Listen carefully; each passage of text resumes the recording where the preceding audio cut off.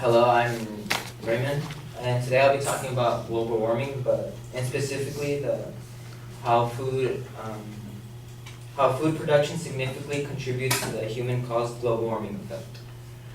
So when we think of climate change, we typically picture industrial machinery and automobiles. Although these are big contributors, why don't we think of food as a contributor in the same way? The global system for producing food accounts for roughly 1/3 of the human-caused global warming effect. Why does our food system play such a significant role in global warming?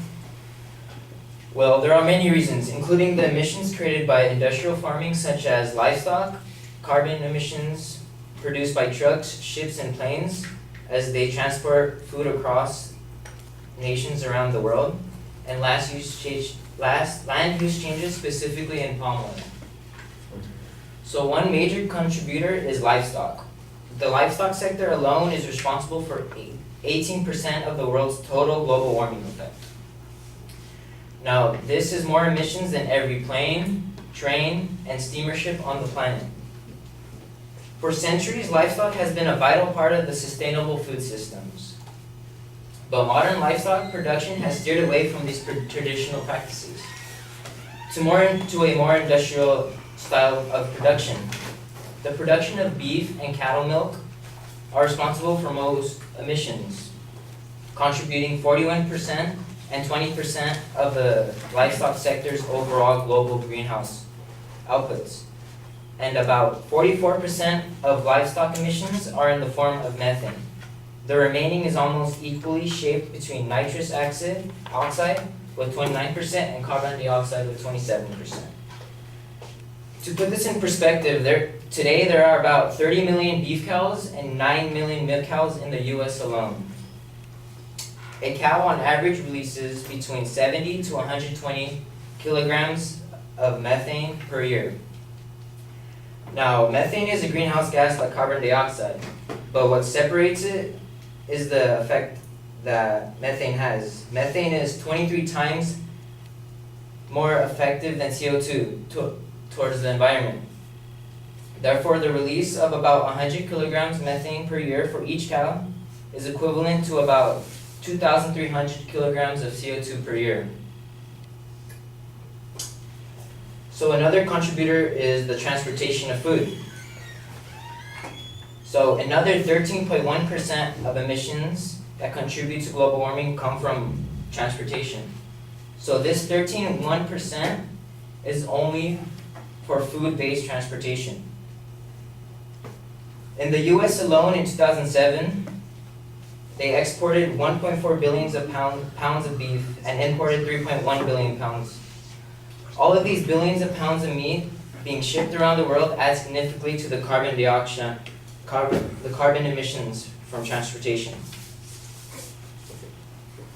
Now, as we move to another topic is agriculture.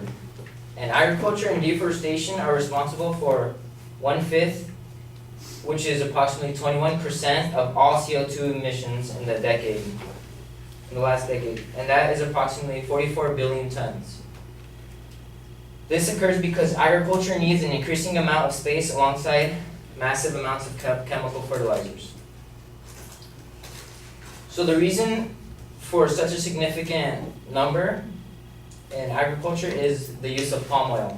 So as the demand for processed foods have been increasing, so does the demand for palm oil, which has more than doubled in the last decade. To build palm oil plantations, producers clear trees in tropical rainforests, destroying the biodiverse regions.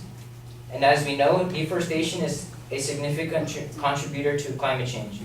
When the forests are lost, carbon is released into the atmosphere. And in a recent study, researchers estimate that producing 1 ton of palm oil can create 15 to 70 tons of carbon dioxide over a 25-year period. So now when we hear the global warming effect, we can see the different contributors, but in particular in the food we eat, through the emissions by livestock, transportation of food, and the land use changes. Thank you.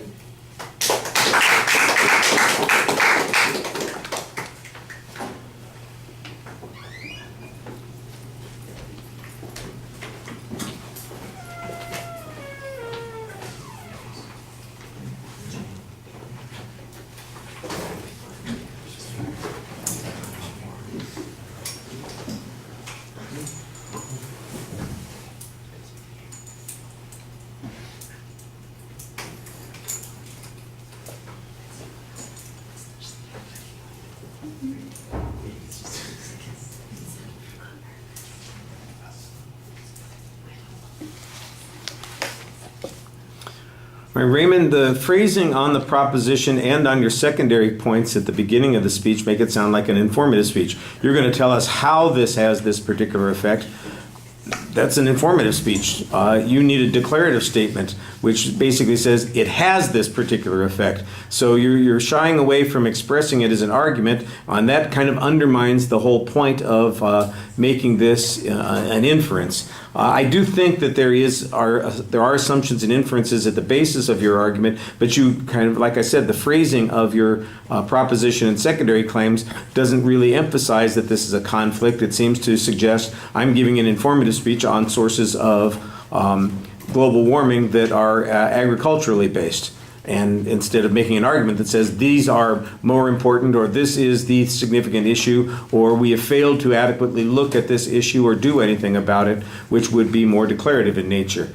When you do organize the supporting points, you do have a preview at the beginning of the speech. They're mostly just topic areas. Like I said, a couple of them are not phrased as claims, but they are in fact phrased as questions. In the body of the speech, you do signpost them pretty well, although I wasn't quite sure that the argument that you had on the third point corresponded to the secondary claim that you previewed in the beginning of the speech. There's a land use issue that's going on here, but it's not consistent in the way you labeled it when you got to the body of the speech.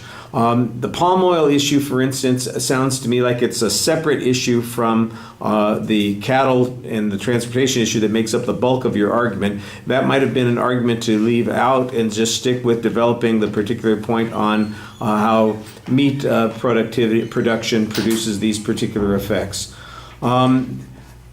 There is a bunch of statistical information, factual data about beef production and about the farming that you put in the speech, about how much NOx, CO2, and methane comes from the different cows, how it's 23 times greater, how many kilograms that you're getting, how many tons of stuff. I have no idea where any of this information came from. There's not a source citation for any of this. I heard one reference to a point that said researchers say, and I'm going, okay, well, that's not really a source citation either, but at least it sounds like you did some research on this. You need to cite the sources in the presentation. So despite the fact that you've got information that I think is statistical in nature, and there's things that I'm sure are factual data, without some authority to back it up and without a citation to be able to tell us where this information comes from, it's very difficult to assess the quality of your argument there. There's way too much reading during the presentation. You have a tendency to look down, and with the hat on, it also kind of blocks your face from being as clean and visible to us as we might like to have. A little brief, and I think you could probably expand it a little bit. Like I said, maybe the palm oil argument could be its own argument. It feels like it's welded onto this argument instead of being organic to the main point that you're making, which is mostly agricultural consumption of beef. All right, thank you.